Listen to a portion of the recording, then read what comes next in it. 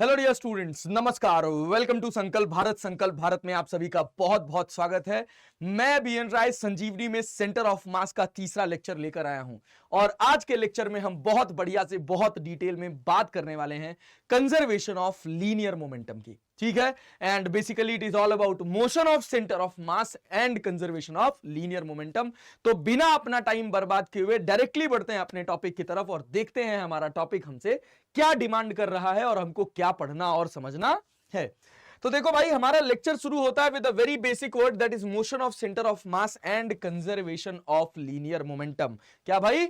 Motion of centre of mass and conservation of linear momentum. उसके लिए आपको conservation of linear momentum को समझने के लिए आपको मोशन ऑफ सेंटर ऑफ मास को समझना पड़ेगा। तो सर, हम सेंटर ऑफ मास का एक बहुत बेसिक सा फॉर्मूला जानते हैं और वो हमारा फॉर्मूला क्या है बेटा जी? वो ये है कि आर वेक्टर या आरसीएम वेक्टर का मतलब है position of centre of mass, that is equivalent to m1 r1 vector plus m2 r2 vector and plus plus plus and so on. कहां तक जाएगा? ये जाएगा mn into rn vector and whole divided by m1 plus m2 plus dot dot dot mn। ये है अपने पास कहानी किसकी? आरसीओएम वेक्टर की। इसी वेक्टर को लिखने का हम लोगों ने एक और तरीका देखा था कि ये जो हमारा आरसीओएम वेक्टर है, इट इज प्रेजेंटेड एज कैसे भाई? It is presented as XCM of I cap plus YCM of J cap plus ZCM of K cap. तो भाई, हमने जब एक्ससीएम लिखना है तो हम एक्ससीएम कैसे लिखेंगे सर? तो इसको हम लिखेंगे m1 x1 plus m2 x2 and plus dot dot dot mn xn whole divided by m1 plus m2 plus dot dot dot mn। ये हमने पढ़ा था। सेम एज ycm अगर हमको लिखना है तो we can write it like m1 y1 plus m2 y2 plus dot dot dot mn yn upon m1 plus m2 plus mn। ठीक है, बहुत अच्छा। सेम एज अगर आपको ZCOM लिखना है तो आप उसको लिख सकते हैं m1 z1 plus m2 z2 plus dot dot dot mn zn upon m1 plus m2 plus mn। ठीक है, ये सब हम लोगों ने अपनी लास्ट वाली क्लास में बहुत अच्छे से और बहुत डिटेल में कवर कर लिया था। ठीक है, चलिए भाई, अब हम कहानी को थोड़ा और आगे बढ़ाते हैं। और अब आगे बढ़ाने में क्या है कि अगर मान लीजिए मुझसे पूछा जाए कि मेरा सेंटर ऑफ मास मेरा रेस्ट स्टेट में नहीं है, मेरा सेंटर ऑफ मास अगर मोशन में है तो मेरे सेंटर ऑफ मास की रफ्तार क्या होगी? तो मैं कह रहा हूं कि ये जो हमारा इक्वेशन ए है ना, इसी इक्वेशन को अगर आप डिफरेंशिएट कर देंगे तो क्या हो जाएगा? dr by dt, rate of change of position with respect to time is known as velocity. तो जब हम बात करेंगे rate of change of position of centre of mass with respect to time, then it will be known as velocity of centre of mass. बहुत neat and clean, बहुत simple शब्दों में अगर हम आपको बताएं तो velocity of centre of mass का बेसिक मतलब क्या है? Velocity of centre of mass का बेसिक मतलब है भाई साहब d by D T of RCM vector. और जब आप इसको करेंगे तो ये किसके इक्विवेलेंट मिलेगा? ये मिलेगा m1 d r1 vector upon dt। ठीक है, plus m2 dr2 vector upon dt and dash dash dash dash dash and so on, that is mn drn vector upon dt and whole divided by m1 plus m2 plus dot dot dot mn। ठीक है भाई, चलें, यहां तक कहानी clear है। अब आगे बढ़ें सर, तो इसको हम लिख सकते हैं VCM वेक्टर। अब ध्यान से देखिए, VCM वेक्टर की जब हम बात करेंगे तो it is written as m1 v1 vector plus m2 v2 vector plus dot dot dot mn vn vector divided by whole divided by बच्चा m1 plus m2 plus dot dot dot mn। ये रहा हमारे पास कहानी। Similarly ये VCM vector है, तो अगर VCM वेक्टर को हम प्रेजेंट करना चाहें तो we can present it like VCM vector equals to velocity of centre of mass in x axis of i cap, ठीक है, plus velocity of centre of mass in y axis of j cap plus velocity of centre of mass in z axis of k cap. यह present करने का तरीका है। मतलब अगर आपको velocity of centre of mass x axis में लिखना है, क्या करना है? अगर हमको बेटा जी velocity of centre of mass x axis में लिखना है तो it will be written as m1 x1 m1 v1 x, ध्यान दीजिएगा, थोड़ा ध्यान दीजिएगा भैया, क्या हो जाएगा m1, अब ये क्या होगा v1x plus m2 v2x plus dot dot dot, क्या हो जाएगा भाई, plus dot dot dot mn vnx divided by m1 plus m2 plus dot dot dot mn। v1x का मतलब क्या है, velocity of particle 1 in x axis, velocity of particle 1 in x axis, that is v1x, velocity of particle 2 in x axis, that is v2x। क्या कहानी clear हो रही है?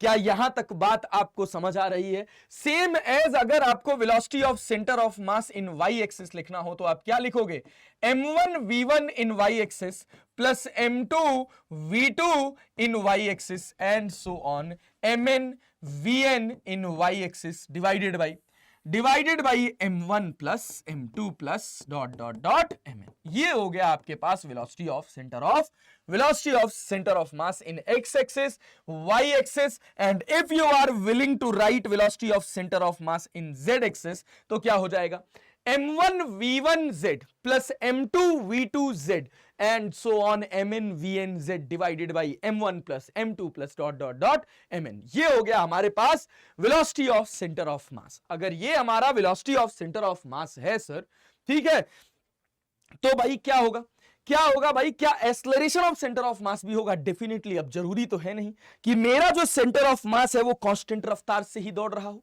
मेरा जो सेंटर ऑफ मास है वो एक्सेलरेटेड मोशन में भी हो सकता है। और जब हम एक्सेलरेशन की बात करते हैं तो हमको पता है acceleration is rate of change of velocity with respect to time. And if you are talking about velocity of centre of mass and acceleration of centre of mass, तो ये हो जाएगी कहानी, acceleration of centre of mass will be defined as the rate of change of velocity of center of mass with respect to time is known as acceleration of center of mass। very neat and clean, बहुत simple शब्दों में, rate of change of velocity of center of mass with respect to time is known as acceleration of center of mass। तो हमको अगर बेटा जी acceleration of center of mass चाहिए तो हमको पता है क्या, हमको पता है vcm vector equals to m1 v1 vector plus m2 v2 vector and so on, that is mn vn vector divided by m1 plus m2 plus dot dot dot mn।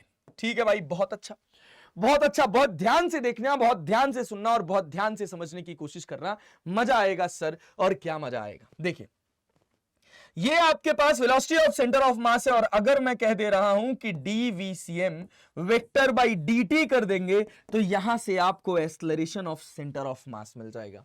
It will be equivalent to acceleration of centre of mass. भाई साहब समझिएगा, इसको समझने की कोशिश करिएगा, बहुत मजा आएगा, सब कुछ आपके दिमाग में सेट हो जाएगा।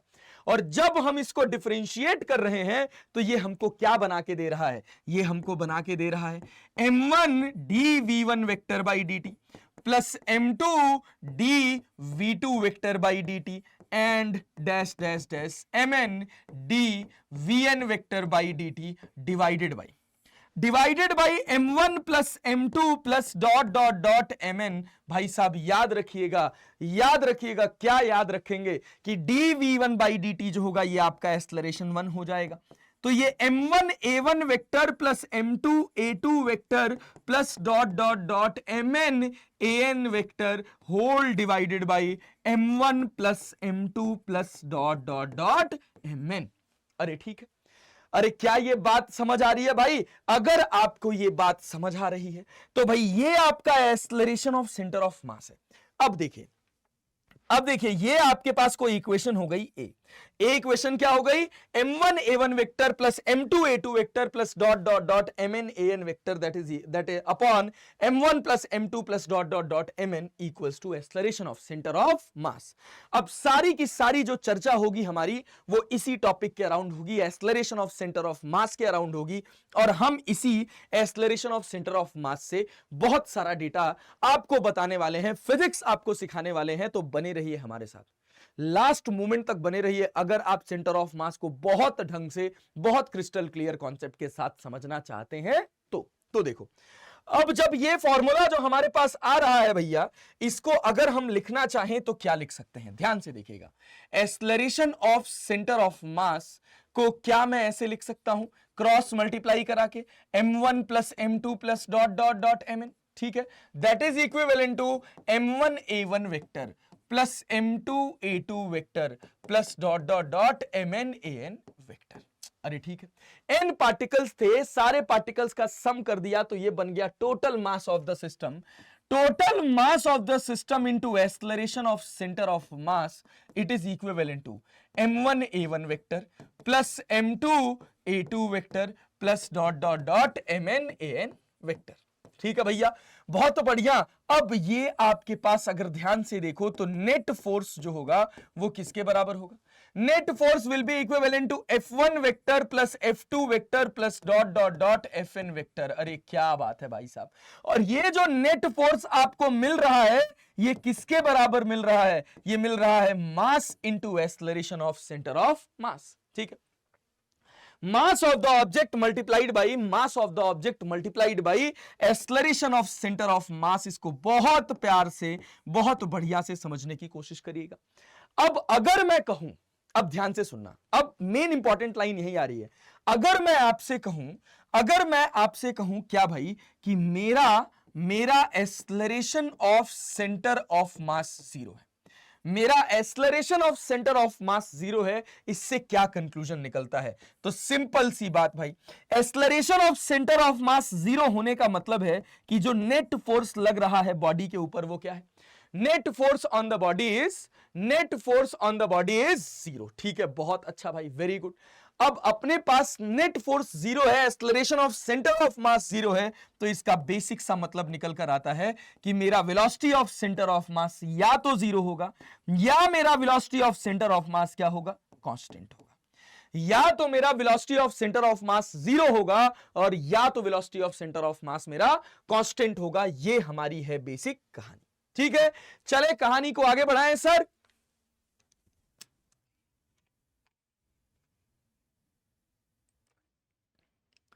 तो भाई ये रही हमारे पास कहानी, velocity of centre of mass equals to zero and या velocity of centre of mass equals to constant.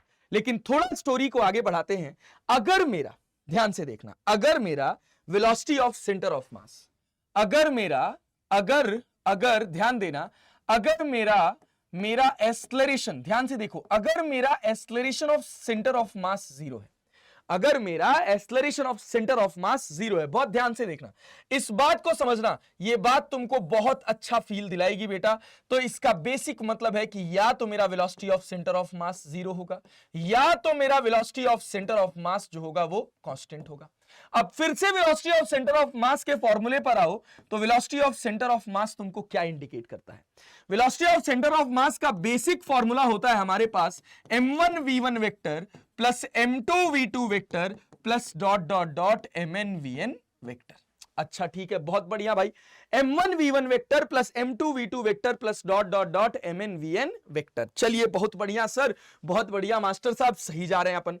Divided by अपने पास टोटल मास हो जाता है m1 plus m2 plus dot dot dot mn। ठीक है, ये है हमारा टोटल मास। और अगर मैं इसको इधर लेके आऊं तो mass into velocity of centre of mass that is equivalent to m1 v1 vector plus m2 v2 vector plus dot dot dot mn vn vector.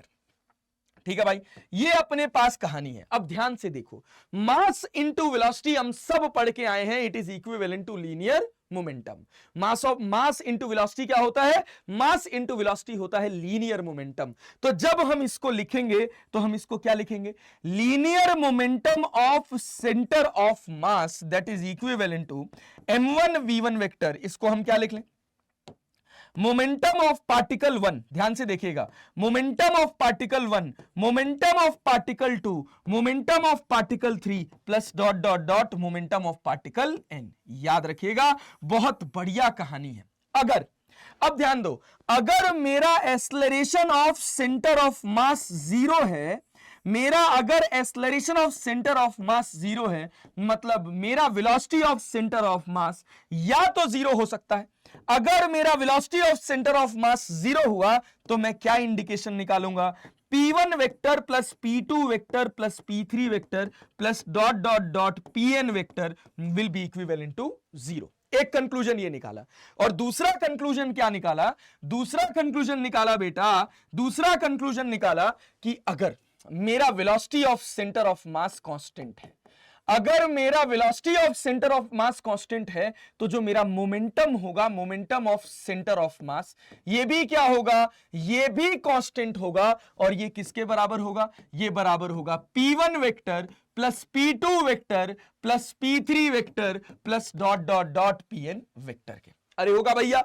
अब ध्यान से देखो, अगर मेरा लीनियर मोमेंटम चेंज नहीं हो रहा है, सिंस ये क्यों ऐसा हो रहा है? मेरा लीनियर मोमेंटम देखो, यहां पर इसका जो सम होगा P1 plus P2 plus P3 plus dot dot dot Pn equals to 0 at any instant, किसी भी इंस्टेंट पर। थोड़ी देर बाद ये मोमेंटम P1 डैश हो गया, ये P2 डैश हो गया, ये P3 डैश हो गया, ये Pn डैश हो गया। लेकिन अगर एक्सेलरेशन ऑफ सेंटर ऑफ मास मेरा 0 है, अगर एक्सेलरेशन ऑफ सेंटर ऑफ मास मेरा 0 है, तो उन सारे लीनियर मोमेंटम्स का जो वेक्टर सम होगा वो 0 के बराबर ही होगा। ठीक है, सेम एज कि अगर मेरा velocity of centre of mass constant है, तो मेरा जो लीनियर मोमेंटम होगा सेंटर ऑफ मास का वो कांस्टेंट होगा भाई। तो P1 plus P2 plus P3 plus dot dot dot Pn, ठीक है, ये अपने पास किसी इंस्टेंट पर वेक्टर सम है लीनियर मोमेंटम का, पार्टिकल्स के लीनियर मोमेंटम का। थोड़ी देर बाद अगर पार्टिकल्स का लीनियर मोमेंटम बदल भी जाता है, बट सेंटर ऑफ मास की जो रफ्तार है वो कांस्टेंट रहती है। ध्यान से देखिएगा, बहुत ध्यान से सुनिएगा। अगर मेरा velocity of centre of mass constant है, बट पार्टिकल्स की वेलोसिटी बदल जा रही है, तो मेरा इंडिविजुअल पार्टिकल का लीनियर मोमेंटम बदल जाएगा। बट उन सब का जो वेक्टर सम होगा, जो इंडिकेट कर रहा है linear momentum of centre of mass, that will not change, वो जैसा है वैसा ही रहेगा। ठीक है, चलिए भैया, तो यहां से हम एक कंक्लूजन निकाल रहे हैं। क्या कंक्लूजन निकाल रहे हैं? कंक्लूजन निकाल रहे हैं बेटा जी कि अगर सेंटर ऑफ मास, ध्यान से देखिएगा, क्या भैया? अगर सेंटर ऑफ मास का मोमेंटम जहां मैं मोमेंटम लिख रहा हूं उसको यही इंडिकेट करेंगे कि किसकी बात कर रहे हैं हम लोग? लीनियर मोमेंटम का। अगर सेंटर ऑफ मास का मोमेंटम 0 हो तो सारे पार्टिकल्स का मोमेंटम 0 होगा। ये जरूरी है, सारे पार्टिकल्स का मोमेंटम 0 होगा भाई। नहीं भाई साहब, पार्टिकल्स का मोमेंटम अलग अलग हो सकता है, बट उन सब का जो वेक्टर सम होगा वो किसके बराबर होना चाहिए? वो किसके बराबर होना चाहिए? वो 0 के बराबर होना चाहिए। अगर सेंटर ऑफ मास का मोमेंटम 0 है, तो पार्टिकल्स का भी मोमेंटम 0 हो, यह जरूरी नहीं है। सिंपल सी बात है कि अगर सेंटर ऑफ मास की रफ्तार 0 है, रफ्तार से इनिशिएट करते हैं, अगर सेंटर ऑफ मास की रफ्तार 0 है, तो जिन पार्टिकल सिस्टम से वो पूरा सेंटर ऑफ मास बना है, उन पार्टिकल्स की भी रफ्तार 0 होगी, यह जरूरी नहीं है। जैसे एग्जाम्पल की मैं आपको बात करूं कि आपके पास ये एक ऑब्जेक्ट है, मान लीजिए इसका मास है 2 kg और इसके ऊपर चार्ज है 4 कूलम। ठीक है, यहां पर एक और मास है 2 kg और इसके ऊपर जो चार्ज है वो है 8 कूलम। क्या होगा? अगर आप इन दोनों को छोड़ दोगे, ये दोनों पॉजिटिव चार्जेस हैं, दोनों एक दूसरे को रिपेल करेंगे। अगर मैं यहां पर इसको ऐसे होल्ड किया हुआ हूं, तो इसका सेंटर ऑफ मास देखो, दोनों का मास बराबर है, तो भाई इसका सेंटर ऑफ मास कहीं बीच में होगा। अभी centre of mass of the system कौन सी स्टेट में है? तो बेटा जी रेस्ट स्टेट में है। तो भाई अगर मैं इसको यहां से छोड़ रहा हूं, तो क्या कोई एक्सटर्नल फोर्स लग रहा है? कोई एक्सटर्नल फोर्स लग रहा है जो इन दोनों को दूर दूर भगा रहा है? नहीं। क्यों भाई? क्योंकि ये मेरा पूरा सिस्टम है और इस सिस्टम पे बाहर से कोई फोर्स नहीं आ रहा है। 8 कूलम 4 कूलम के ऊपर इधर लगा रहा है, 4 कूलम 8 कूलम के ऊपर इधर लगा रहा है। पूरे सिस्टम पर मेरा नेट फोर्स अभी भी 0 है। लेकिन जैसे मैं इसको यहां छोड़ूंगा, ये इधर भाग जाएगा और ये इधर भाग जाएगा, दोनों एक दूसरे से दूर दूर भागेंगे, बट सेंटर ऑफ मास नहीं चलेगा। तो इस समय सोचो, इस समय t इक्वल्स टू 0 पे सेंटर ऑफ मास की रफ्तार 0 थी। t इक्वल्स टू t पर भी सेंटर ऑफ मास की रफ्तार कितनी है? 0 है, क्योंकि बाहर से कोई एक्सटर्नल फोर्स नहीं लग रहा है। और अगर मेरा एक्सटर्नल फोर्स जीरो है, ध्यान से देखिएगा, अगर मेरा नेट एक्सटर्नल फोर्स जीरो है तो मेरा acceleration of centre of mass zero होगा, तो मेरा velocity of centre of mass या तो जीरो होगा या तो कांस्टेंट होगा। तो भाई इनिशियली जीरो था तो फाइनली भी जीरो ही रहेगा। क्या यह बात क्रिस्टल क्लियर है? क्या यह बात आपके दिमाग तक पहुंच रही है? याद रखिएगा कि सेंटर ऑफ मास का मोमेंटम शून्य है या सेंटर ऑफ मास का मोमेंटम कांस्टेंट है, इसका बिल्कुल भी यह मतलब नहीं है कि पार्टिकल्स का भी, इंडिविजुअल पार्टिकल्स का भी जो मोमेंटम होगा वो कांस्टेंट होगा, यह जरूरी नहीं है। जैसे जैसे ये दूर चलते चले जाएंगे इनकी रफ्तार बढ़ती चली जाएगी, इन इंडिविजुअल पार्टिकल्स का मोमेंटम बढ़ता चला जाएगा, एक का इधर बढ़ेगा एक का इधर बढ़ेगा, लेकिन हर इंस्टेंट पर दोनों पार्टिकल्स के मोमेंटम का जो वेक्टर सम होगा वो इनिशियल मोमेंटम के बराबर होगा। तो मेरा इनिशियल मोमेंटम जीरो था तो फाइनली भी मेरा मोमेंटम कितना रहेगा? जीरो रहेगा। किसका? पार्टिकल्स का कि सिस्टम का? तो आंसर है बेटा जी, आंसर है बेटा जी सिस्टम का। पार्टिकल्स का मोमेंटम तो हमको बदलता हुआ दिख रहा है। क्या यह बात समझ आ रही है? इसी को नाम देते हैं कंजर्वेशन ऑफ, क्या नाम देते हैं बेटा? इसी को नाम देते हैं conservation of linear momentum, conservation of linear momentum. अब बहुत ध्यान से समझिएगा, अब यही सारा गेम आने वाला है, यहां से अब आपका दौर शुरू हो रहा है। Conservation of linear momentum, linear momentum कब कंजर्व होगा? लीनियर मोमेंटम कब कंजर्व होगा? तो उसके कंजर्वेशन का एक कंडीशन है कि एक्सटर्नल फोर्स जो mass into acceleration of centre of मास के बराबर है, यह शून्य होना चाहिए, या फिर आप कह लीजिए एक्सेलरेशन ऑफ सेंटर ऑफ मास क्या होना चाहिए? शून्य होना चाहिए। ठीक है, तो इस सिचुएशन में क्या होगा? अगर कोई पार्टिकल है, उनका इनिशियली कोई पार्टिकल्स का सिस्टम है, जैसे मान लीजिए मैं कह रहा हूं कि ये एक सिस्टम है, इसका एक पार्टिकल यहां पर है, इसका अभी मोमेंटम p1 वेक्टर है, ठीक है, थोड़ी देर इसका दूसरे वाले पार्टिकल का p2 वेक्टर है, तीसरे वाले पार्टिकल का p3 वेक्टर है, चौथे वाले पार्टिकल का p4 वेक्टर है, ऐसे n पार्टिकल्स का pn वेक्टर है। थोड़ी देर बाद क्या हुआ? थोड़ी देर बाद कुछ ऐसा हुआ कि इनका मोमेंटम चेंज हो गया। बहुत ध्यान से समझिएगा। तो भैया इनके ऊपर कोई भी एक्सटर्नल फोर्स नहीं लग रहा है, F एक्सटर्नल इक्वल्स टू 0 है, तो मैं क्या लिखूंगा? P1 vector plus P2 vector plus P3 vector plus dot dot dot Pn vector. थोड़ी देर बाद इन पार्टिकल्स का मोमेंटम चेंज हो जा रहा है, लेकिन सिंस एक्सटर्नल फोर्स कोई नहीं लग रहा है तो मेरा जो इनिशियल मोमेंटम होगा वही फाइनल रहेगा। तो चेंज होने के बाद कितना हो गया? P1 का हो गया P1 डैश वेक्टर, P2 का हो गया P2 डैश वेक्टर, P3 का हो गया P3 डैश वेक्टर, और N वाले का हो गया Pn डैश वेक्टर। देखिए इन सब का जो वेक्टर सम होगा वो किसके बराबर होगा? वो linear momentum of centre of मास के बराबर होगा।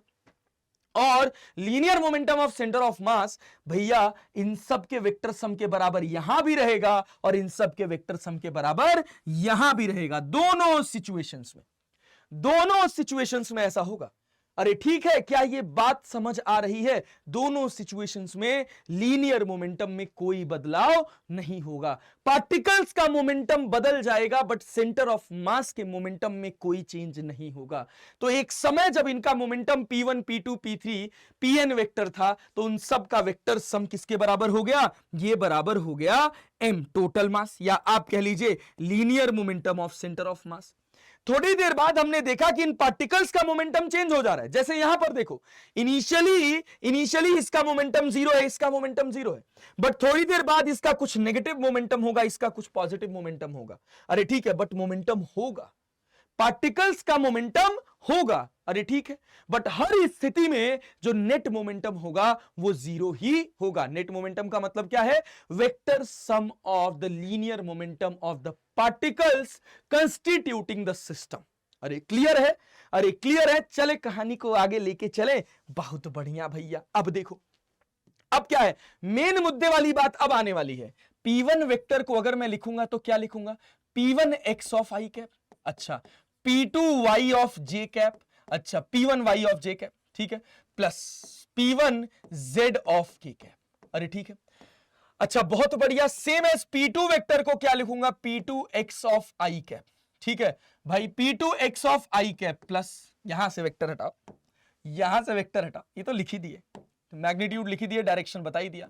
P1 x of i cap, P1 y of j cap, P1 z of k cap, P2 x of i cap, P2 y of j cap, P2 z of k cap and so on. ठीक है, ये किसके बराबर होगा? ये बराबर होगा P1 dash, ठीक है, P1 dash x of i cap plus P2 dash P1 dash y of j cap plus P1 dash z of k cap. ठीक है, प्लस यहां पर क्या हो जाएगा? यहां पर हो जाएगा P2 x डैश या P2 dash x of i cap plus P2 dash y of j cap plus P2 dash y of j cap plus P2 dash z of k cap. अरे ठीक है, एंड सो ऑन, ऐसे चलेगा, ऐसे चलेगा। अगर आप इसको ध्यान से देखो, अगर आप इसको बहुत प्यार से समझने की कोशिश करो, तो मैं सारे आई वाले को एक जगह इकट्ठा करूं तो क्या लिखूंगा?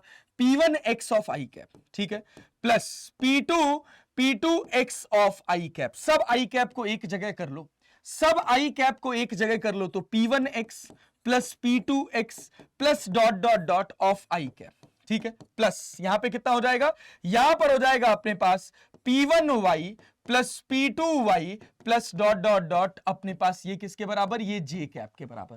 फिर उसके बाद क्या? यही समझने वाली बात है, P1 z, ठीक है, plus P2 z plus P3 z। अरे ठीक है, क्लियर हो रहा है क्या? P1 z क्या कर रहे हैं भैया? हाँ, P1 z plus P2 particle 2 का z, ठीक है, प्लस पार्टिकल 3 का z, या फिर आप कह लो ऐसे सो ऑन, n पार्टिकल्स हैं अपने पास, dash dash dash of k cap. ये किसके बराबर होगा? ये किसके बराबर होगा? ये बराबर होगा P1 dash x plus P2 dash x plus dot dot dot, भैया ये कितना? i कैप प्लस यहां पर कितना? P1 dash y plus P2 dash y plus P3 dash y या डॉट डॉट डॉट करके j कैप। अच्छा भाई, बहुत बढ़िया, very good, plus P1 z dash plus P2 z dash plus P3 z dash. अरे ठीक है, plus dot dot dot of k cap. अब ध्यान से देखो, ये वाला हिस्सा इसके बराबर तभी हो सकता है, ये वाला हिस्सा इसके बराबर तभी हो सकता है। हमने क्या किया? आई को एक साथ लिख दिया, जे को एक साथ लिख दिया, दैट्स इट, के को एक साथ लिख दिया और कुछ नहीं किया। ठीक है, अगर ऐसा आपको संभव दिख रहा है तो इसके संभव होने की बस एक पॉसिबिलिटी है, वो क्या है? इसका जो आई कैप है वो इसके आई कैप के बराबर होना चाहिए, इसका जे कैप इसके जे कैप के बराबर होना चाहिए, इसका के कैप इसके के कैप के बराबर होना चाहिए। मतलब क्या निकला? मतलब निकला कि भैया linear momentum in x axis की बात करें तो P1x plus P2x plus dot dot dot Pnx equals to किसके बराबर? ये किसके बराबर? P1x dash plus P2x dash plus dot dot dot Pnx dash. अरे भैया क्या बात है यार, मतलब मोमेंटम इंडिविजुअल एक्सिस में भी कंजर्व होगा। अगर टोटल मोमेंटम सिस्टम का कंजर्व है, अगर टोटल मोमेंटम सिस्टम का कंजर्व है तो भाई साहब उसके एक्सिस में, एक्स एक्सिस में मोमेंटम कंजर्व अलग होगा, वाई एक्सिस में मोमेंटम कंजर्व अलग होगा और जेड एक्सिस में मोमेंटम कंजर्व अलग होगा। अरे क्लियर है क्या?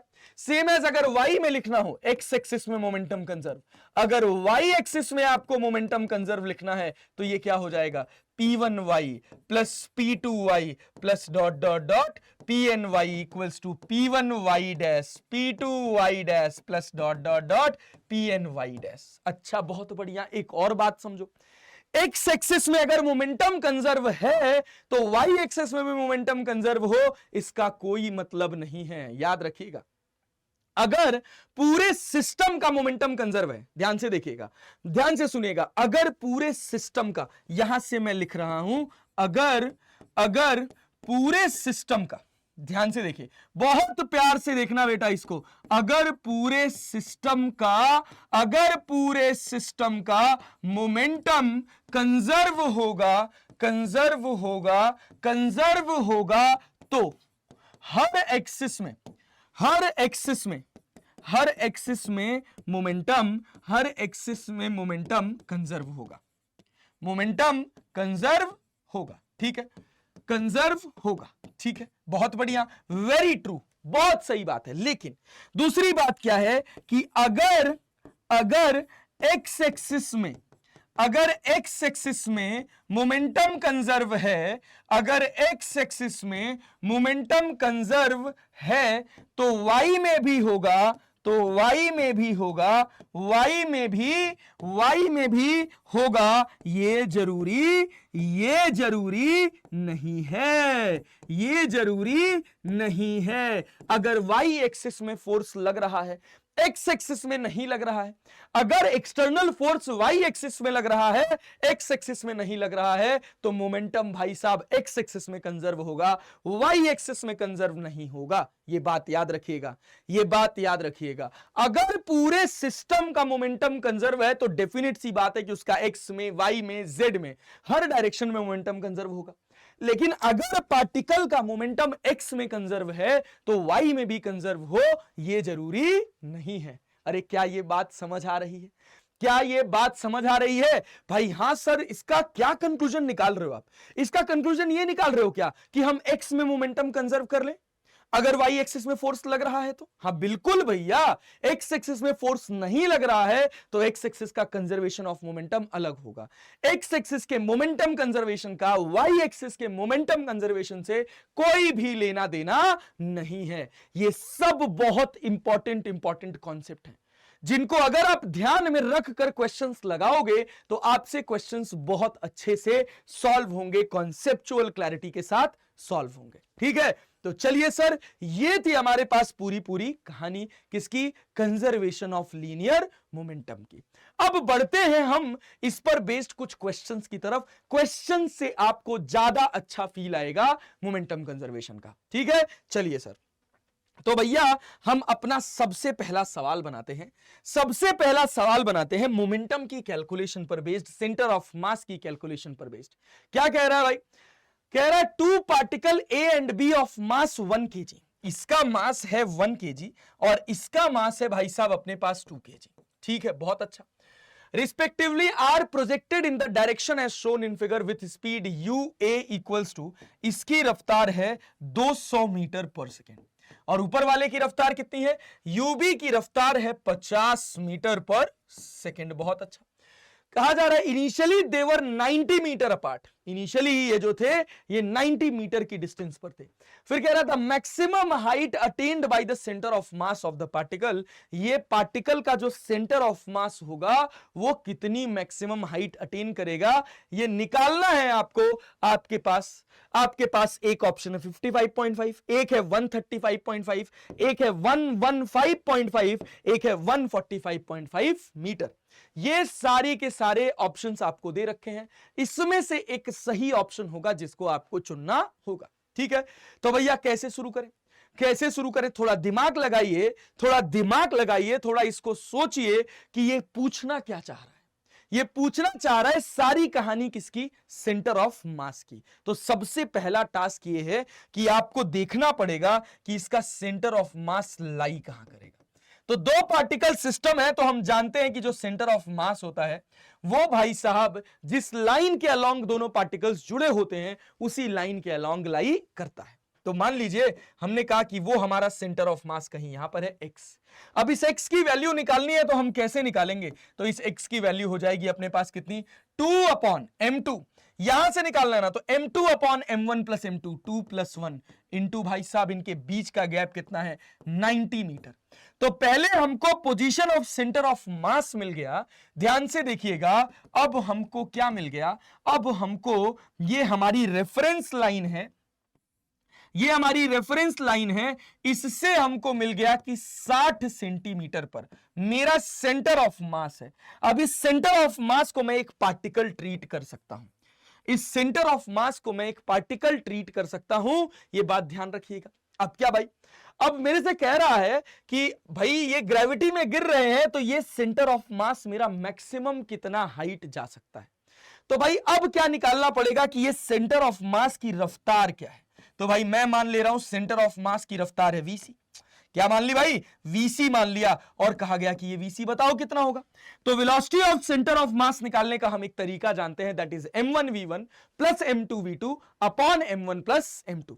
तो ऊपर वाली रफ्तार पॉजिटिव तो नीचे वाली रफ्तार नेगेटिव, तो 1 का मास अपने पास कितना, 1 का रफ्तार कितना है भाई 200 मीटर पर सेकेंड, माइनस हो जाएगा क्योंकि 2 kg का रफ्तार है 50 मीटर पर सेकेंड नीचे की तरफ, डिवाइडेड बाई टोटल मास हो जाएगा 3, तो वेलोसिटी ऑफ सेंटर ऑफ मास आपके पास आ जाएगा 100/3 मीटर पर 100/3 मीटर पर सेकेंड। बहुत अच्छा, ये आ गया velocity of centre of mass 100/3 metre पर सेकेंड। बहुत अच्छा।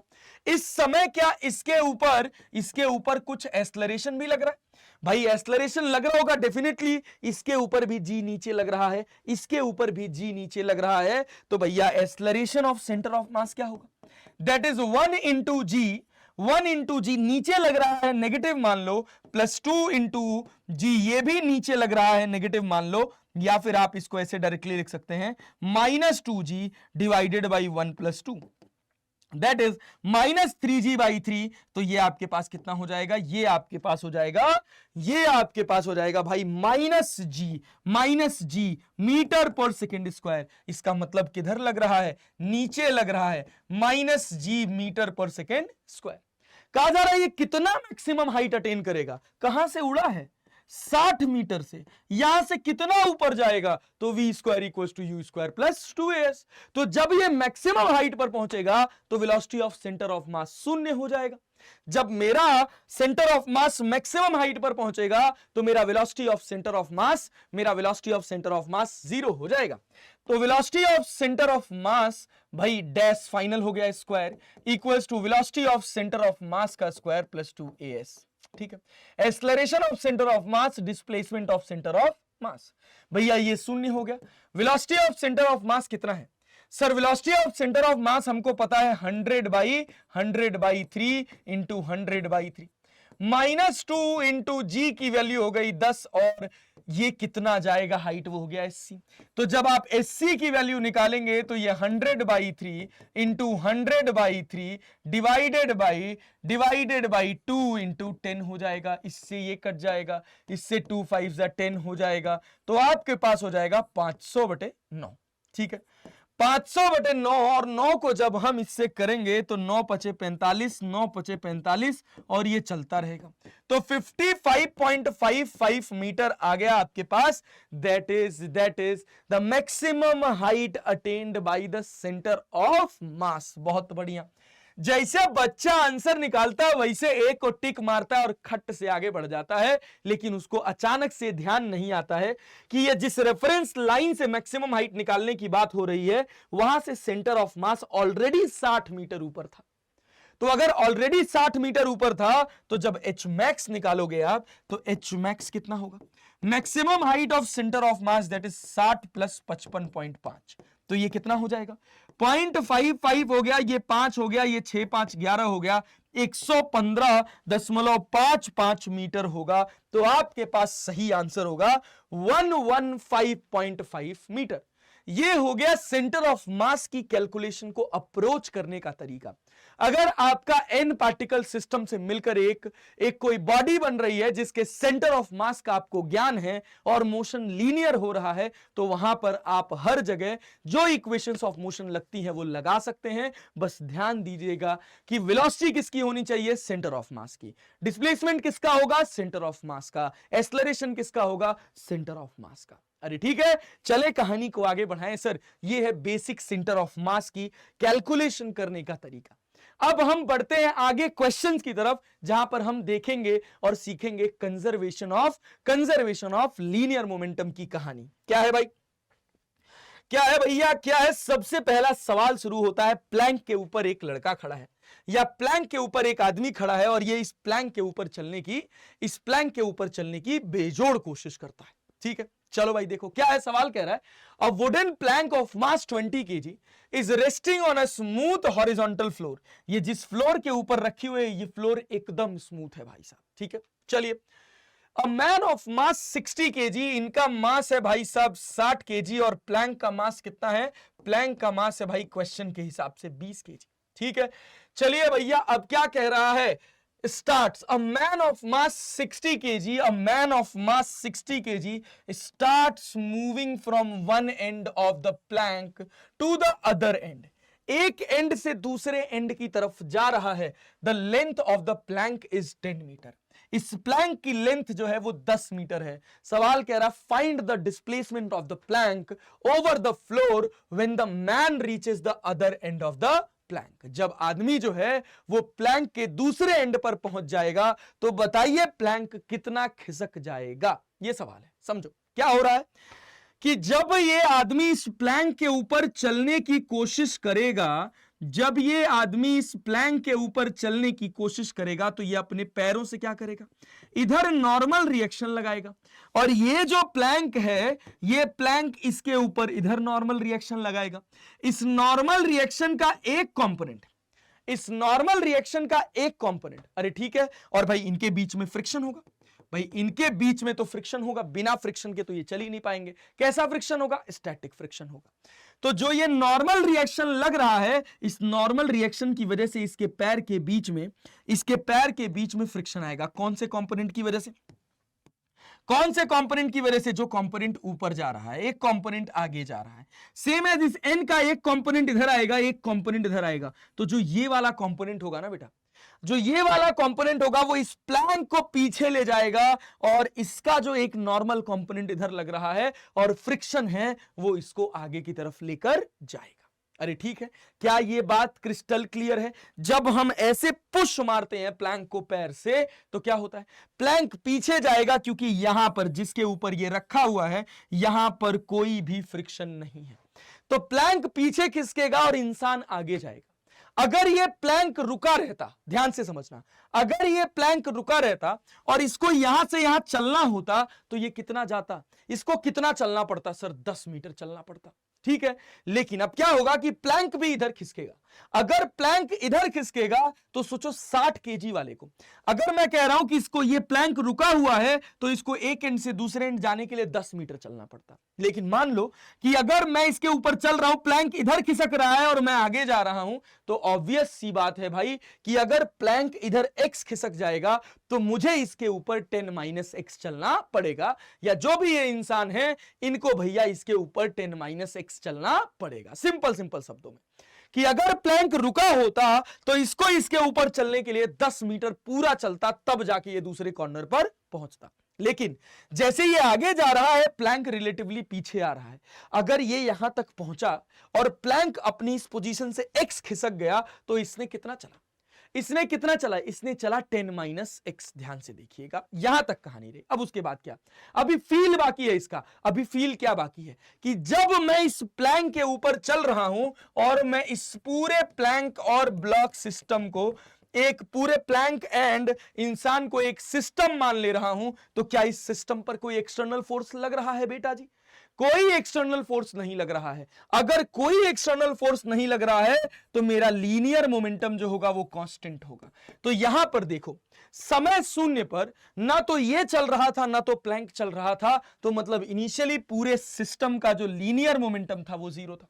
तो फाइनली भी जो सेंटर ऑफ मास होगा, फाइनली जो इसका लीनियर मोमेंटम होगा वो भी क्या होगा, फाइनली जो इसका लीनियर मोमेंटम होगा वो भी क्या होगा, वो भी शून्य के बराबर होगा.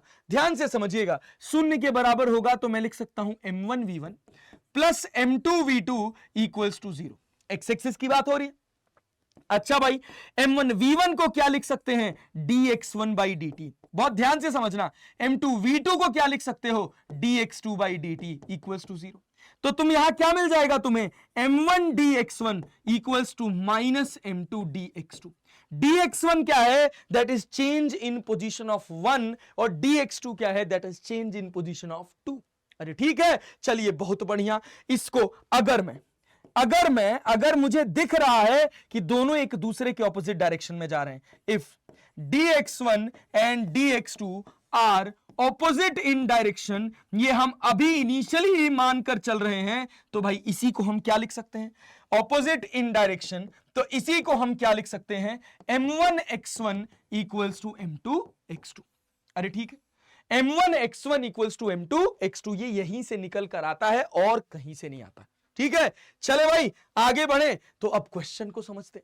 अब क्वेश्चन कह रहा है कि हमारा ये प्लैंक था, इस प्लैंक के ऊपर ये इंसान खड़ा था और ये प्लैंक की लेंथ थी 10 मीटर और इसका मास था 20 केजी और इसका मास था भाई साहब 60 केजी।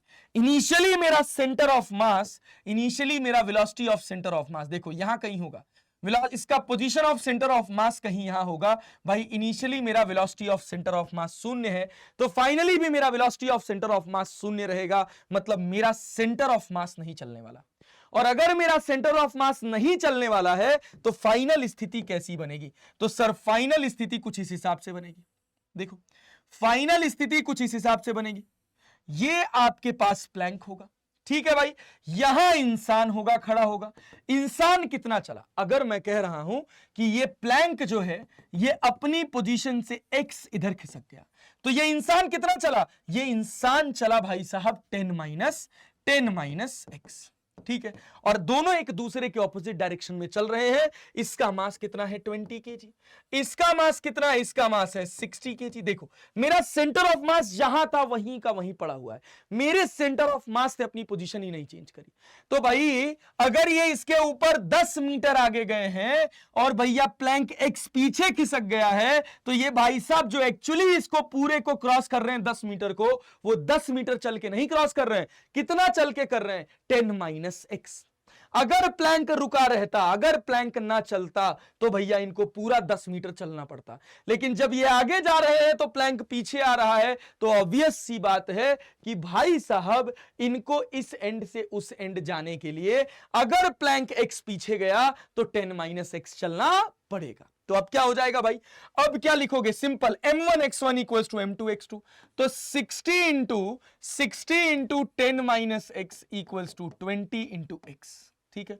तो ये अपने पास कितना हो जाएगा? देखो 20 into x equals to 60 into 10 minus x, तो ये हो जाएगा अपने पास 600, ये हो जाएगा माइनस 60x, ये हो जाएगा 20x, तो 80x जो होगा ये 600 के बराबर हो जाएगा। तो x की वैल्यू आ जाएगी 600/80, इससे ये कट जाएगा और x हमारे पास निकल कर कितना आएगा? x हमारे पास निकल कर आएगा भाई, x हमारे पास निकल कर आएगा भैया कितना? 8 से कट जाएगा क्या? 8 दूना 16, 8 सते 56, 4 बचा 8 पचे 40, दैट इज 7.5 मीटर। मतलब प्लैंक अपनी पोजीशन से कितना खिसका? प्लैंक अपनी पोजीशन से 7.5 मीटर खिसका। तो ये कितना चले? ये चले भाई साहब 10 माइनस 7.5, दैट इज 2.5 मीटर। इंसान चला 2.5 मीटर, प्लैंक चला 7.5 मीटर। बढ़िया, शानदार, अच्छा, सोच समझ के लगाने वाला सवाल, ठीक है। चलिए अब इसी पर बेस्ड एक और क्वेश्चन है आपके लिए, एक और क्वेश्चन है आपके लिए। वो क्या है भाई? देखो यहां पर क्या है? 7.5 मीटर चला। अगला सवाल क्या कह रहा है? अगला सवाल कह रहा है कि अब दो लोग हैं, एक है मिस्टर ए जिनका मास है 50 केजी, एक है मिस्टर बी जिनका मास है 60 kg, are sitting at the two extremes of 4 metre long boat जिसका मास है 40 केजी। क्या बात है यार, बहुत बढ़िया। सवाल को फ्रेम करते हैं। ये अपने पास एक बोट है जिसका मास है 40 केजी, जिसकी लेंथ कितनी है? जिसकी लेंथ है बेटा जी 4 मीटर, और इसके दो कॉर्नर पर, एक कॉर्नर पर यहां खड़े हैं मिस्टर ए और एक यहां कॉर्नर पर खड़े हैं मिस्टर बी, ठीक है। Mister A of mass 50 KG, A का मास भाई साहब है 50 केजी, ठीक है, और बी का जो मास है वो कितना है? वो 60 केजी है। ये है मास्टर ए, ये है मास्टर बी, या मिस्टर ए मिस्टर बी, जो कहना है कह लो। प्लैंक की लेंथ है 4 मीटर, इनका मास है 40 KG. Standing still in water, मतलब velocity of centre of mass initially क्या है? 0 है, तो मतलब इनिशियली मेरा सेंटर ऑफ मास का मोमेंटम भी क्या होगा? 0 होगा। बहुत अच्छा, वेरी गुड। अब क्या भाई? अब कह रहा है to discuss a mechanics problem, they come to the middle of the boat. इस एक मैकेनिक्स की कोई प्रॉब्लम थी, ये दोनों लोग उसको सॉल्व करने के लिए बोट के मिडल में आना चाह रहे थे, यहां पर आना चाह रहे थे। ये हो गई आपकी बोट की मिडल, ठीक है भाई। चलो बहुत बढ़िया। अब ध्यान से देखो, कह रहा neglect friction with water, how far does the boat move on the water during the process. How far does the boat move on the water during the process. जब ये फाइनली क्या होगा, ये लोग यहां आ जाएंगे और ये भी कहां आ जाएंगे, यहां आ जाएंगे। लेकिन ध्यान देने वाली बात है कि बोट खिसक जाएगी। अच्छा ये बताइए, आपके हिसाब से बोट का सेंटर ऑफ मास कहां होना चाहिए? ये जो है ये मिड पॉइंट है, ये सेंटर ऑफ मास नहीं है। इधर मास ज्यादा है तो जिधर मास ज्यादा होता है सेंटर ऑफ मास उधर ही इंक्लाइंड होता है, ये हमको सबको पता है। तो ये हमारा हो जाएगा सेंटर ऑफ मास। ठीक है, चलो भाई देखो क्या होगा। ये भाई साहब इसको इधर ले जाने की कोशिश कर रहे हैं और ये जो भाई साहब है वो क्या कर रहे हैं, वो इसको इधर धक्का मारने की कोशिश कर रहे हैं। किधर जाएगी बोट, समझिएगा, ये बोट किधर जाएगी, ये बोट किधर जाएगी? आपके हिसाब से ये बोट लेफ्ट जानी चाहिए कि ये बोट राइट जानी चाहिए? सोच समझ के आंसर करिएगा। ये बोट लेफ्ट जानी चाहिए कि राइट जानी चाहिए? सोचिए और फिर ध्यान से बताइए। ये 50 केजी के हैं, ये 60 केजी के हैं और दोनों लोग इस मिड पॉइंट पर आकर मिलना चाहते हैं। दोनों लोग इस मिड पॉइंट पर आकर मिलना चाहते हैं। जब दोनों लोग चलना स्टार्ट करेंगे तो ये भाई साहब इस बोट को इधर धक्का मारेंगे, ये भाई साहब इस बोट को इधर धक्का मारेंगे। कौन ज्यादा धक्का मार पाएगा? तो भाई 60 केजी का मास ज्यादा है तो 60 केजी वाले भाई साहब इसको ज्यादा तेज धक्का मार पाएंगे। ये आपको समझना पड़ेगा। ठीक है, ऑब्वियस सी बात है। तो भाई होगा क्या, थोड़ी देर बाद ये बोट जो है वो खिसक जाएगी। मान लीजिए कि ये बोट कहीं यहां पहुंच गई और इसका मिड पॉइंट, अब देखो अगर ये बोट थोड़ी खिसक गई, समझो ये बोट अगर थोड़ी ऐसे खिसक गई, इसका सेंटर ऑफ मास वहीं रहा। ठीक है, मिड पॉइंट खिसक गया। मिड पॉइंट मान लो कि ये प्लैंक जो है, ये प्लैंक कितना खिसक गया, एक्स खिसक गया। ये प्लैंक कितना खिसक गया, ये प्लैंक भैया ये मिड पॉइंट था, ये मिड पॉइंट से ये एक्स इधर खिसक गया।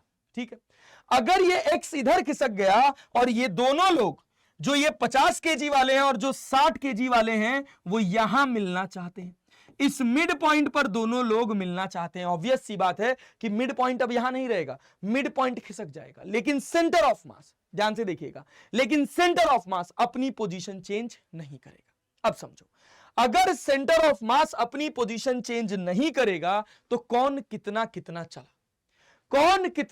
चला, समझो। जब 50 केजी को ये रुकी हुई बोट पर मिड पॉइंट तक पहुंचना था तो कितना चलना था, तो 2 मीटर चलना था। लेकिन जब ये इधर चल रहे थे तो ये बोट एक्स आगे खिसक गई, तो अब इनको मिड पॉइंट पर पहुंचने के लिए कितना चलना पड़ेगा? अगर बोट एक्स आगे खिसक गई, इनसे दूर चली गई, तो अब इनको चलना पड़ेगा किधर की तरफ? अब इनको चलना पड़ेगा इस साइड। कौन से साइड? Right side. कितना? राइट साइड चलना पड़ेगा 50 इंटू, राइट साइड इनको चलना पड़ेगा 50 इंटू 2 प्लस एक्स। अरे क्लियर? कितना चलना पड़ेगा? 50 इंटू 2 प्लस एक्स। अच्छा, बहुत बढ़िया, वेरी गुड। बोट कितना चली? बोट चली भाई, बोट किधर चली? बोट इधर चली, तो ये चली कितनी? 40 इंटू एक्स। ठीक है भाई, इसका मास कितना था? 40 केजी। भाई बोट का मास 40 केजी था, इधर की तरफ चली, दैट इज 40 इंटू एक्स। ठीक है, क्या बात है भाई। और ये जो 60 केजी वाले भाई साहब है, 60 केजी वाले भाई साहब चले, 60 केजी वाले भाई साहब चले इधर, तो ये कितना चले? 60 इंटू 2 माइनस एक्स। ध्यान से देखो, मिड पॉइंट तक इनको पहुंचने के लिए 2 मीटर चलना था, लेकिन ये बोट इधर खिसक गई तो कितना हो गया? 2 माइनस एक्स हो गया। अगर ये 2 माइनस एक्स हो गया, अब आप इसको सॉल्व करेंगे तो ये कितना हो जाएगा? ये हो जाएगा 50 दूना 100 हो जाएगा। और फिर ये कितना हो जाएगा? ये आपके पास हो जाएगा, ये आपके पास हो जाएगा 50x, फिर आपके पास 40x, फिर 120, फिर माइनस 60x। ठीक है, अब क्या करो? अब 60x को इधर लेके आओ, 100 को उधर लेके जाओ, तो 50 40 90 और 90 और 60 कितना हो जाएगा? 150x will be equivalent to 120 minus 100।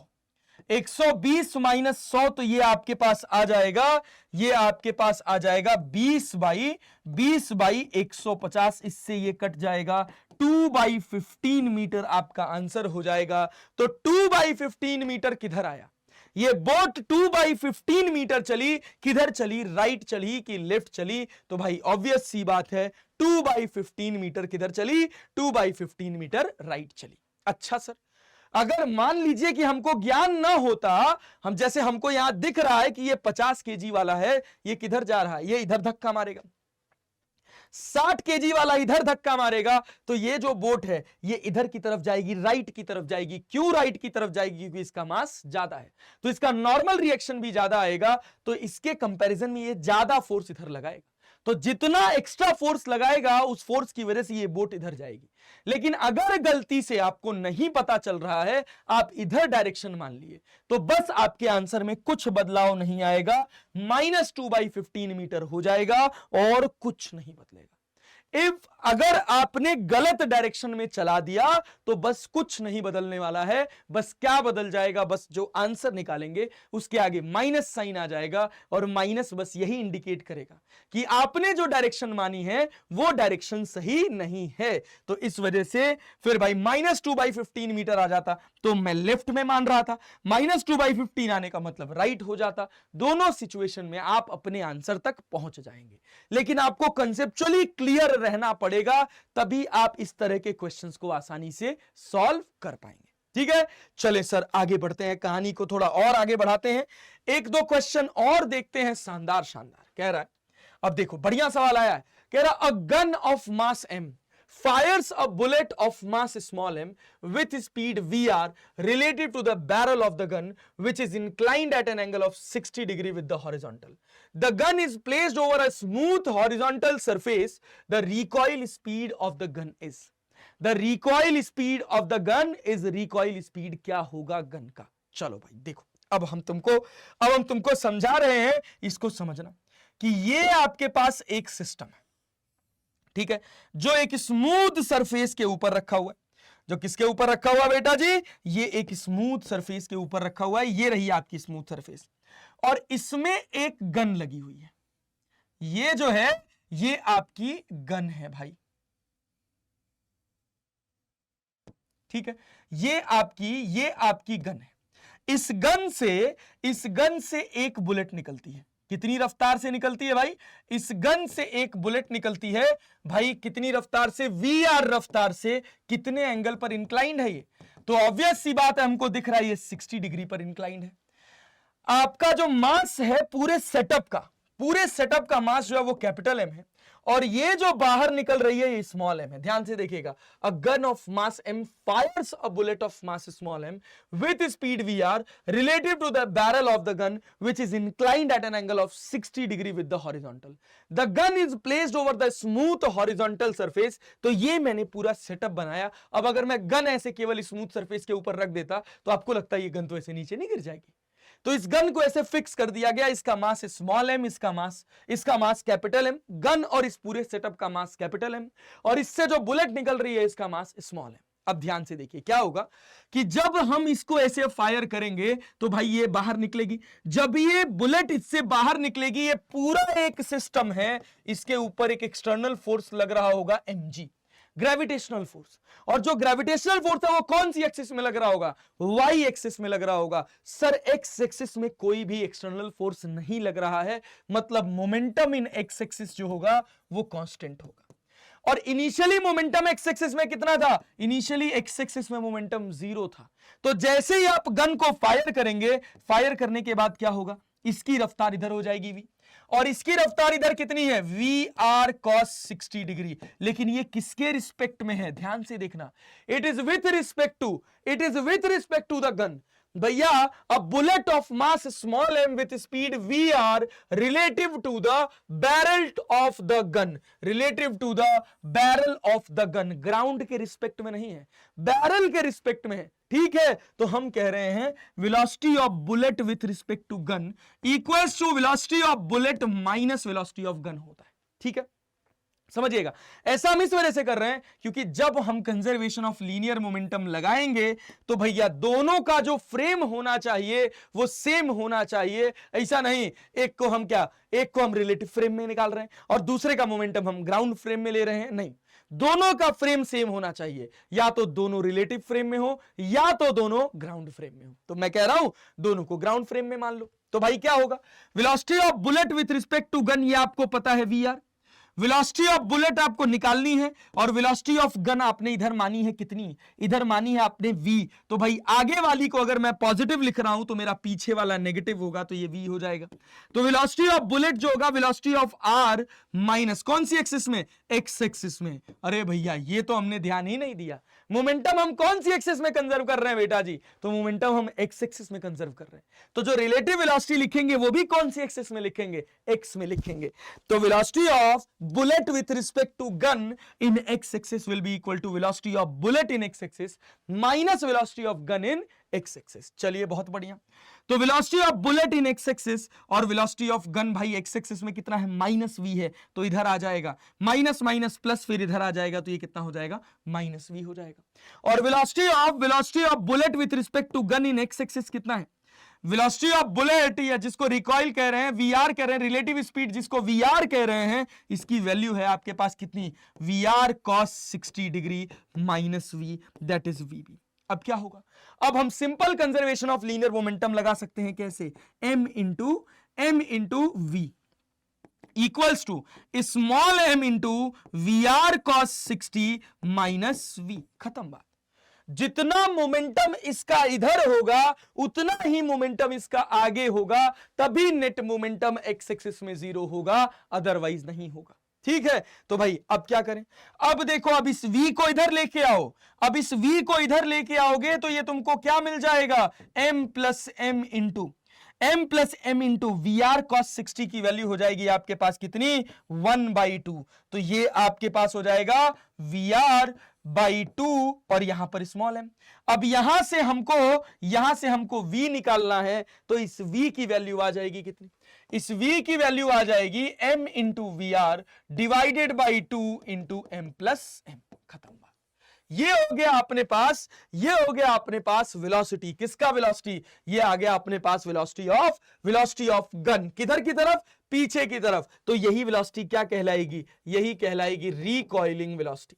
ठीक है, रिकॉइलिंग वेलोसिटी कहलाएगी भाई। तो इसमें से देखो कौन सा आंसर सही होगा, तो ऑब्वियस सी बात है जो हमारा बी वाला आंसर होगा, ये बी वाला आंसर ही सही होगा। ठीक है, चले कहानी को आगे बढ़ाएं। सर देखिए, ऐसे साधारण सवाल जेईई मेंस में, एडवांस में, हर जगह पूछे जाते हैं, बट इनका एप्लीकेशन आप अच्छे से तभी कर पाओगे जब मैंने इनिशियली 40 मिनट में जो कॉन्सेप्ट बताए हैं वो सारे के सारे कॉन्सेप्ट आपके दिमाग में ढंग से फिट होंगे। अगर ढंग से नहीं फिट होगा तब तो भैया गेम ओवर, गेम गड़बड़, फिर आप जीवन भर कंफ्यूजन में ही बिताएंगे। समझ लीजिए, कॉन्सेप्ट बहुत अच्छे से क्लियर होना चाहिए, तभी बात बनेगी। अब देखिए हमारा अगला सवाल ये भी बढ़िया सवाल है। क्या कह रहा है, a shell is fired from a cannon with velocity v metre पर second at an angle theta with the horizontal direction. At the highest point of in its path, it explodes into two pieces of equal mass. One of the piece retraces its path to the cannon and the speed in meter per second of the other piece immediately after the explosion is. रुकिए, इस question को अभी हम बाद में लगाएंगे, अभी हम जिस टाइप को अप्रोच कर रहे हैं पहले उस टाइप को खत्म कर लेते हैं। ये आपके पास एक क्वेश्चन है, ये क्या कह रहा है, ये कह रहा है a particle of mass m is placed at rest on the top of a smooth ways of mass m। ठीक है भाई, इसके ऊपर ये रखा हुआ है और कहा जा रहा है which in turns is placed at rest on a smooth horizontal surface as shown in figure. Then the distance moved by the wedge as the particle reaches the foot of the wedge is. जैसे ही ये बेचारा यहां से चल के यहां आ रहा है, ये प्लैंक कितना पीछे चला जाएगा, इसकी कैलकुलेशन आपको बतानी है। तो क्या होगा भाई, देखो क्या होगा, जब ये नीचे चलना स्टार्ट करेगा यहां से, तो इसका एक नॉर्मल रिएक्शन इधर लग रहा होगा, इस नॉर्मल का एक कंपोनेंट इधर आएगा जो इस प्लैंक को पीछे लेकर जाएगा। अरे ठीक है, और हमको दिख रहा है कि जब ये नीचे आ रहा होगा तो इसके ऊपर एक ही एक्सटर्नल फोर्स लग रहा होगा, that is mg, which is responsible to move this block from top point to bottom point. और ये कौन सी एक्सिस में लग रहा है बेटा, तो ये लग रहा है y एक्सिस में।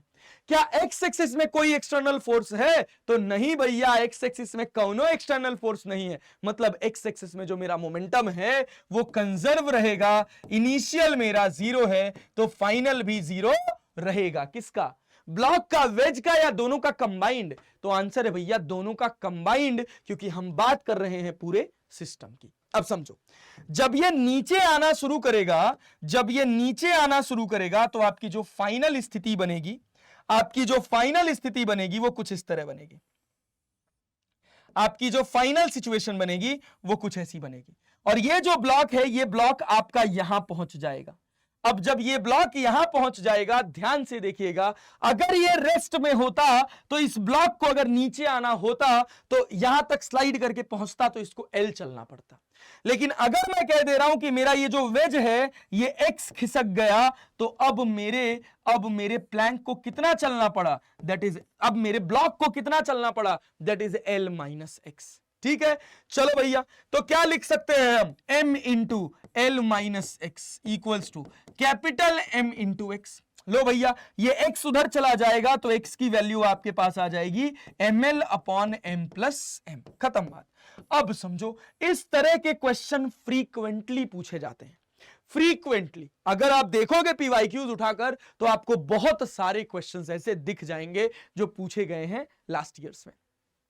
चलिए भाई, तो अपने पास सही आंसर कौन सा हो जाएगा, सही आंसर हो जाएगा A, that is ml upon m plus m। ठीक है, चले कहानी को आगे बढ़ाएं। सर एक आध सवाल और देखते हैं, मजा आना चाहिए, सवाल एकदम दिमाग में जाकर सेट होना चाहिए, तब जाके फिजिक्स का फील आएगा।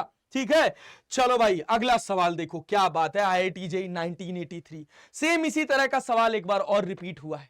ठीक है, क्या कह रहा है ये सवाल, ये कह रहा है भैया कि a block of mass m with a semi circular track of radius r rest on a horizontal frictionless surface, a uniform cylinder of radius small r and mass m is released from rest at the top point A.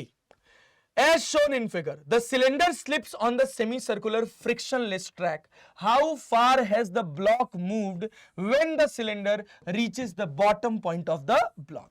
Bottom point of the track. ठीक है, जब ये क्या होगा, जब ये cylinder इस bottom point पर पहुंच जाएगा तो देखो, जब ये नीचे जा रहा होगा तो ये नॉर्मल रिएक्शन इधर लगा रहा होगा इसके ऊपर, इस नॉर्मल का एक कंपोनेंट इधर जाएगा, एक कंपोनेंट इधर जाएगा, जो कंपोनेंट इधर जाएगा वो इसको इधर पीछे लेकर जाएगा। ठीक है, तो मान लीजिए कि ये भाई साहब खिसक गए x, जब ये कहां पहुंचे, जब ये यहां पहुंचे, भाई ये R है, ये पूरा कैपिटल R है, तो ये कितना होगा, ये होगा R माइनस R। ध्यान से देखो, अगर मेरा ये पूरा सिस्टम रेस्ट में होता तो इनको यहां नीचे आने के लिए R माइनस R चलना पड़ता x एक्सिस में। ठीक है भैया, y एक्सिस में मोमेंटम कंजर्व नहीं है क्योंकि y एक्सिस में इनके ऊपर mg लग रहा है, बट x एक्सिस में कोई भी एक्सटर्नल फोर्स नहीं है, तो x एक्सिस में मेरा मोमेंटम कंजर्व रहेगा। और अगर मोमेंटम कंजर्व रहेगा तो मैं लिख सकता हूं m1 x1 equals to m2 x2। इसका मास है भाई साहब कैपिटल M, ये इधर कितना खिसका, ये x खिसका। अरे भाई, अगर ये रेस्ट में रहता तो इसको यहां पहुंचने के लिए R माइनस R चलना पड़ता, that is R minus R चलना पड़ता।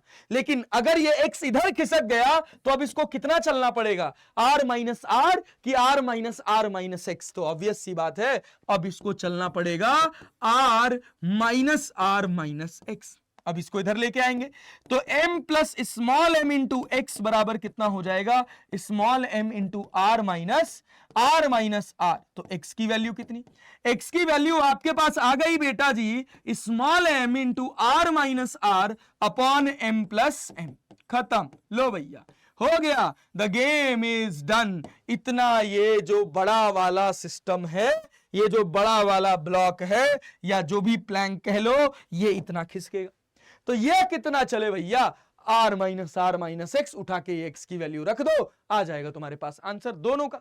ठीक है, जो चाहो वो कैलकुलेट कर सकते हो। और अभी तो ये शुरुआत है, अभी जो अगला लेक्चर होगा centre of mass conservation of linear momentum का, वो और दमदार और शानदार और जानदार होगा भाई।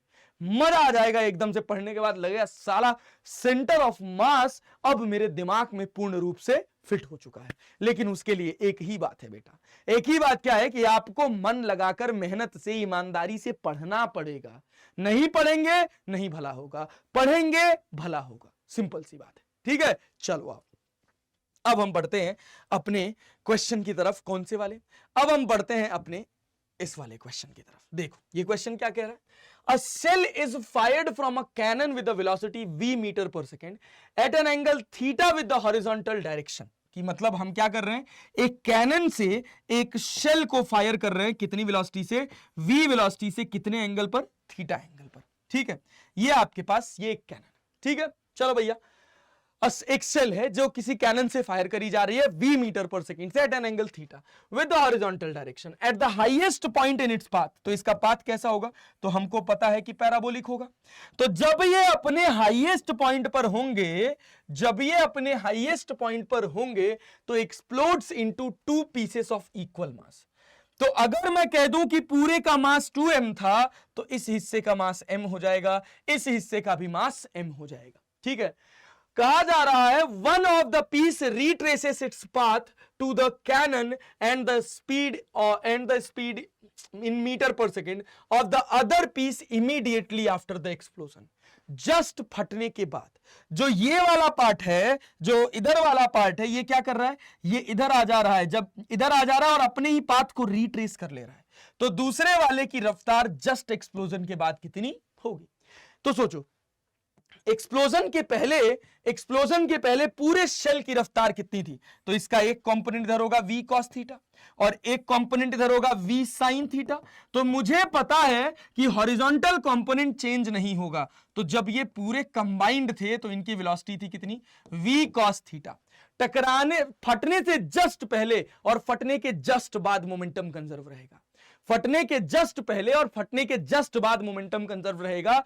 भैया क्यों मैं तो कह रहा हूं यहां पे ग्रेविटी लग रही है, एक एक्सटर्नल फोर्स लग रहा है, फिर भी मोमेंटम कंजर्व कर दे रहे हो। अरे जब फट रहा है तो भाई उस समय क्या ग्रेविटी नहीं एक्ट कर रही है, कर रही है। ठीक है, अच्छा भाई, अगर ये 3 टुकड़े में फट जाता, जैसे कई बार डाउट होता है कि ग्रेविटी तो वाई में लग रही है, अगर इसके टुकड़े अलग हो रहे हैं तो ऐसे अलग हो रहे हैं, एक्स में अलग हो रहे हैं, इस वजह से लगा लिया। लेकिन अगर 3 टुकड़ा हो जाता, कोई ऐसे रैंडम जा रहा होता, तब भी हम just before and just after explosion momentum को कंजर्व रखते हैं, क्योंकि एक्सप्लोजन हो रहा है तो वहां पर इंटरनल फोर्सेस जो एक्सप्लोड करा रहे हैं उनकी वैल्यू बहुत ज्यादा होती है एज कंपेयर टू ग्रेविटी। तो हम मान लेते हैं कि between the duration of explosion net force on the object is 0। ठीक है, क्यों, क्योंकि उस समय हम ग्रेविटी का जो फोर्स लग रहा होता है उसको बहुत कम मानते हैं। अंदर जब ये फट रहा होता है ना, तो ये इंपल्सिव फोर्स होता है, इसकी वैल्यू बहुत ज्यादा होती है, और वो मैं आपको जैसे धीरे धीरे इंपल्सिव फोर्स की तरफ बढ़ेंगे वो सिखा दूंगा। ठीक है, चलिए आगे देखिए। तो भाई अगर कहीं भी एक्सप्लोजन हो रहा है तो एक्सप्लोजन के जस्ट पहले और एक्सप्लोजन के जस्ट बाद हर डायरेक्शन में, चाहे एक्स की बात कर लें, चाहे वाई की बात कर लें, चाहे जेड की बात कर लें, हर डायरेक्शन में मोमेंटम कंजर्व रहेगा। ठीक है, चलो भाई, तो इसका मास है m, इसका मास है m। जब ये यहां से फटेगा तो भाई एक टुकड़े ने अपना पाथ पूरा रिट्रेस कर लिया, मतलब अगर फूटने से जस्ट पहले इसकी रफ्तार कितनी है, v cos थीटा, यहां तक पहुंचा है मैक्सिमम हाइट तक, तो फूटने के जस्ट बाद अगर ये रिट्रेस कर रहा है तो इसकी रफ्तार कितनी होनी चाहिए, इसकी भी रफ्तार जो है वो v cos थीटा ही होनी चाहिए। चलो भाई, बहुत बढ़िया। तो देखो, P initial will be equal to P final होगा। इनिशियल मोमेंटम कितना है, इनिशियल मोमेंटम होगा 2m, इनिशियल मोमेंटम होगा 2m into v cos theta. Final momentum क्या होगा, जो इधर लगा वो नेगेटिव, जो आगे लगा वो पॉजिटिव, तो फाइनल मोमेंटम कितना होगा, m into v cos theta, m into v cos theta, और उसके बाद प्लस में कि माइनस में, भैया ये पीछे जा रहा है तो ये माइनस में होगा, याद रखिएगा। और इधर क्या हो जाएगा फिर, plus m into v dash, और अब यहां से आप v डैश देखेंगे तो ये आपके पास हो जाएगा 3v cos थीटा। बहुत सिंपल, बहुत ही साधारण सवाल, 3v cos थीटा हो जाएगा। अब ये IIT JEE 1998 का सवाल है जो जेई मेंस में बहुत आसानी से पूछा जा सकता है। बहुत क्वेश्चंस ऐसे होते हैं जेई मेंस के जो जेई एडवांस के रिपीटेड क्वेश्चंस होते हैं। इसी वजह से कहा जाता है कि जब आप पीवाईक्यूज लगाइए तो जेई एडवांस के पीवाईक्यूज लगाइए जरूर। क्यों? क्योंकि वो क्वेश्चंस डायरेक्टली रिपीट हो जाते हैं जेई मेंस में। ठीक है, चले आगे बढ़े। आइए कहानी को थोड़ा और आगे बढ़ाते हैं, देखते हैं एक और बढ़िया सवाल। ये एडवांस 2021 का सवाल है, सेम उसी तरह का क्वेश्चन है, अच्छा सवाल है। क्या कह रहा है? कह रहा projectile is thrown from point O. एक प्रोजेक्टाइल को किसी ओ पॉइंट से थ्रो किया जा रहा है। एक प्रोजेक्टाइल है, इसको किसी ओ पॉइंट से थ्रो किया जा रहा है on the ground at an angle of 45 degree, at an angle of 45 degree from from the vertical and with speed of 5√2 metre पर सेकेंड। वर्टिकल से 45 डिग्री मतलब हॉरिजॉन्टल से भी कितना 45 डिग्री 5√2 मीटर पर सेकेंड से। ऑब्वियस सी बात है इन भाई साहब की जो ट्रेजेक्ट्री होगी वो कुछ इस तरह से होगी। अरे ठीक है भाई, तो मतलब इनकी एक्स में जो रफ्तार होगी, ध्यान से देखिएगा, एक्स में जो रफ्तार होगी वो होगी 5 मीटर पर सेकेंड, वाई में जो रफ्तार होगी वो भी होगी अपनी 5 मीटर पर सेकेंड। बहुत अच्छा, वेरी गुड। कहा जा रहा था projectile eight the highest point of its trajectory splits into 2 equal part. ये जो प्रोजेक्टाइल फायर किया गया है, ये जो प्रोजेक्टाइल फायर किया गया है, ये 2 इक्वल पार्ट्स में स्प्लिट हो जाता है अपने हाईएस्ट पॉइंट पर। ये 2 इक्वल पार्ट में स्प्लिट हो जा रहा है अपने हाईएस्ट पॉइंट पर, ठीक है। One part falls vertically down to the ground, एक पार्ट जो है वो वर्टिकली डाउन गिर रहा है, ठीक है, बहुत अच्छा। और कह रहा है ये ऐसे कुछ फट रहा है, ऐसे कुछ फट रहा है कि एक पार्ट इसका वर्टिकली डाउन गिर रहा है। अच्छा, बहुत बढ़िया। कितनी देर में गिर रहा है? 0.5 सेकंड में गिर रहा है। इसको ये अपना टुकड़ा 1 हो गया, टुकड़ा 2 हो गया, तो टुकड़ा 1 को गिरने में कितना समय लग रहा है? 0.5 सेकंड लग रहा है। बहुत बढ़िया। टुकड़े 2 the other part T seconds after the splitting, जो दूसरा पार्ट है वो नीचे गिर रहा है कितनी देर बाद? T सेकेंड बाद, ठीक है भाई। falls to the ground at distance x metre from the point O, यहां से कुछ x मीटर दूर जाकर गिर रहा है। हम कह रहे हैं कहीं यहां गिरा होगा, ठीक है भैया, x मीटर दूर कहीं गिरा होगा। कहां गिरा होगा उसका कोई ज्ञान हमको नहीं है, ठीक है। चलो भाई, तो अपने से क्या पूछ रहा है? The acceleration due to gravity g equals to 10 metre पर सेकेंड स्क्वायर। तो कह रहा है t बताओ और x बताओ। सवाल पूछा गया कि भैया t बताइए और x बताइए, तो समझिए इस बात को, बहुत ध्यान से समझिएगा इस बात को भैया। क्या समझेंगे कि जब ये टुकड़ा फटा तो इसको यहां आने में कितना समय लगा? 0.5 सेकंड लगा। इसका पूरा टाइम ऑफ फ्लाइट क्या है? टाइम ऑफ फ्लाइट है 2u/g, और वो कितना है? वो है 1 सेकंड। ओह, क्या बात है, पूरा टाइम ऑफ फ्लाइट 1 सेकंड है। मतलब यहां से यहां तक जाने में आधा सेकंड लगा, इसको यहां नीचे गिरने में कितना सेकंड लगा? आधा सेकंड लगा। मतलब इसका जो फॉल है वो कैसा है? वो फ्री फॉल है। इनिशियली इसकी यहां पर टॉप मोस्ट पॉइंट पर इनिशियल रफ्तार कितनी है? 0 है। अरे ठीक है, मतलब अब ध्यान से समझना, इसका क्या मतलब है? इसका बेसिक सा मतलब है, इसका बेसिक सा मतलब है कि दूसरा वाला जो पार्टिकल है, जो दूसरा वाला पार्टिकल है, उसकी रफ्तार किधर होगी? उसकी रफ्तार x की तरफ होगी, और x की तरफ होगी तो y, टाइम ऑफ फ्लाइट का गेम y एक्सिस के एक्सेलरेशन से है। तो फटने के बाद भी y एक्सिस के एक्सेलरेशन में कोई चेंज नहीं हो रहा है। तो ये जब नीचे गिरेगा तो इसको भी समय कितना लगेगा? 0.5 सेकंड लगेगा। अरे ठीक है, क्या ये बात समझ आ रही है? ये जो ट्रेजेक्ट्री है ये इसके सेंटर ऑफ मास की ट्रेजेक्ट्री है, और इंटरनल फोर्स लगा है भैया इसके फटने, कोई भी एक्सटर्नल फोर्स नहीं लगा है, तो भैया सेंटर ऑफ मास की ट्रैजेक्टरी में कोई भी चेंज नहीं होगा। तो अगर ये यहां से गिरा है, पूरी रेंज r होती है, वर्टिकली डाउन गिर गया r/2 पर। इसका मास कितना है? इस टुकड़े का मास 2 बराबर पार्ट में स्प्लिट हो रहा है। तो अगर ये r/2 गिरा है तो ऑब्वियस सी बात है दूसरा वाला भी कितनी दूर जाएगा? दूसरा वाला भी यहां से r/2 दूर जाएगा। खत्म बात। अरे भाई साहब, तो t तो हमको मिल गया 0.5 सेकेंड, x लिखना है तो x हो जाएगा r/2 plus r/2 plus r/2, that is 3r/2, that is 3 into 2 into ux into uy/g, that is 5 into 5 divided by 10। अब कितना हो जाएगा? अब अपने पास हो जाएगा डिवाइड, अच्छा यहां 2 भी है, इस 2 से ये 2 कट जाएगा, और 5 दूना 10 हो जाएगा, 5 से 15, 15/2, दैट इज 7.5 मीटर। खत्म बात। तो x की वैल्यू आ गई अपने पास कितनी? 7.5 मीटर। इस तरह के कुछ और सुंदर क्वेश्चंस के साथ हम अपना अगला लेक्चर फिर स्टार्ट करेंगे नेक्स्ट संजीवनी में, और बने रहिए हमारे साथ।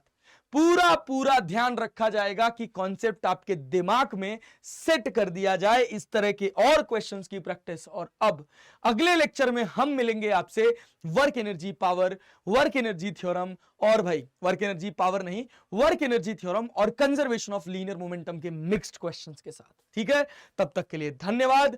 मन लगाकर पढ़ते रहिए, बने रहिए हमारे साथ। आपको हम पूरी की पूरी फिजिक्स संजीवनी के थ्रू कम से कम समय में सिखा जाएंगे। ठीक है, चलिए सर, धन्यवाद।